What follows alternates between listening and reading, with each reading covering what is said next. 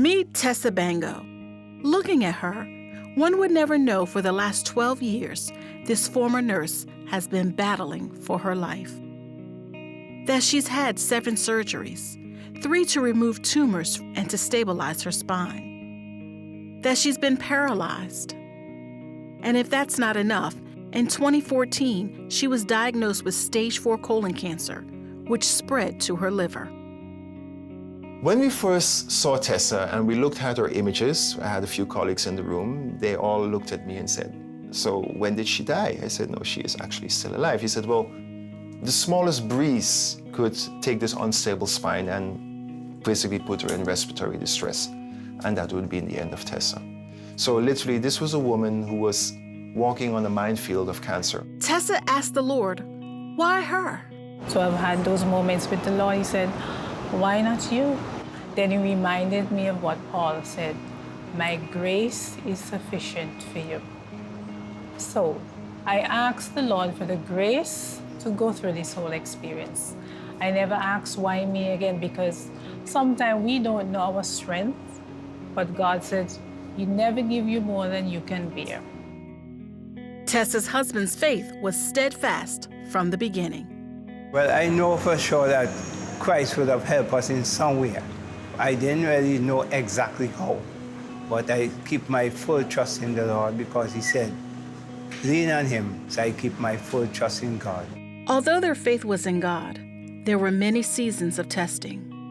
Tessa recalls a difficult time while waiting to have her second surgery. I ended up having a series of problems during that time. A wisdom tooth went bad during that time, so I had a locked jaw. At the time when I should be eating to strengthen myself, I could not eat. Then everything I eat or drink, I will have to drink it from a straw. Because of the paralysis on this side, everything will just drain out. If I use the cups, I had to use a straw. And I had to cut back my hair short for my husband and children to deal with it. I went down to skin and bones to the point where I had to be in Pampers, okay? And they would have, when I get up every morning, my husband will have to, do some exercises with my joints before I could really get out of bed to do anything. They will have to bath me, tidy me. Well, I pray for her every time, and I told her every time that I love her. And I think that is what really makes the difference. And I told her, continue trusting in the Lord. When Tessa's best friend, Desma Sutton, saw her, she could hardly believe her eyes.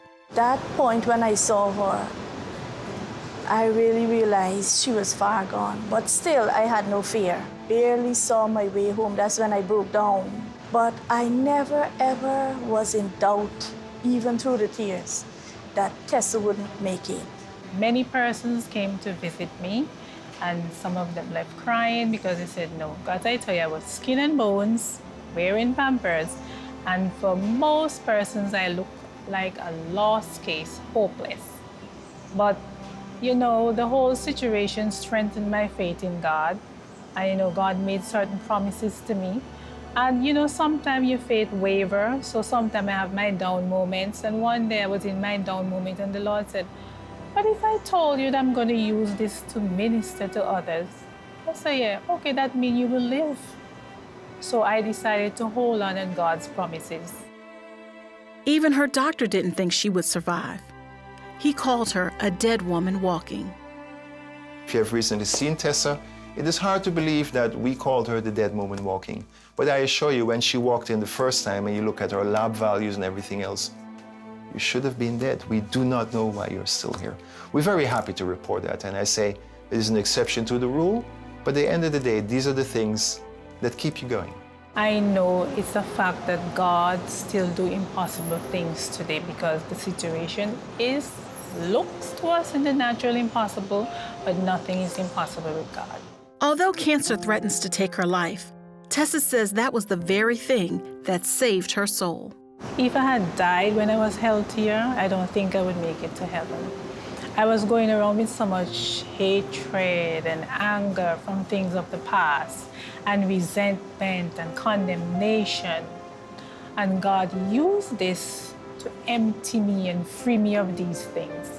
And that is what is more important. Yes, it's good to have a healthy body, but why have a healthy body and go to hell? According to doctors, Tessa currently has stage 4 colon cancer. But because her white blood cell count has been so low, she's been unable to take chemotherapy. From since then until now, I have not had any treatment. When I went, I usually have to go for my checkup every 3 months. And late last year, when I went, doc said, if you do, it just might be a little tablet because nothing has changed, everything is just the same. And physically looking at me, I'm not losing any weight, not having any problems, my hair is not falling out, nothing is happening. And then by the time I went back January of this year, he said, look, at this point, you don't need any treatment. So that is where we're at this point.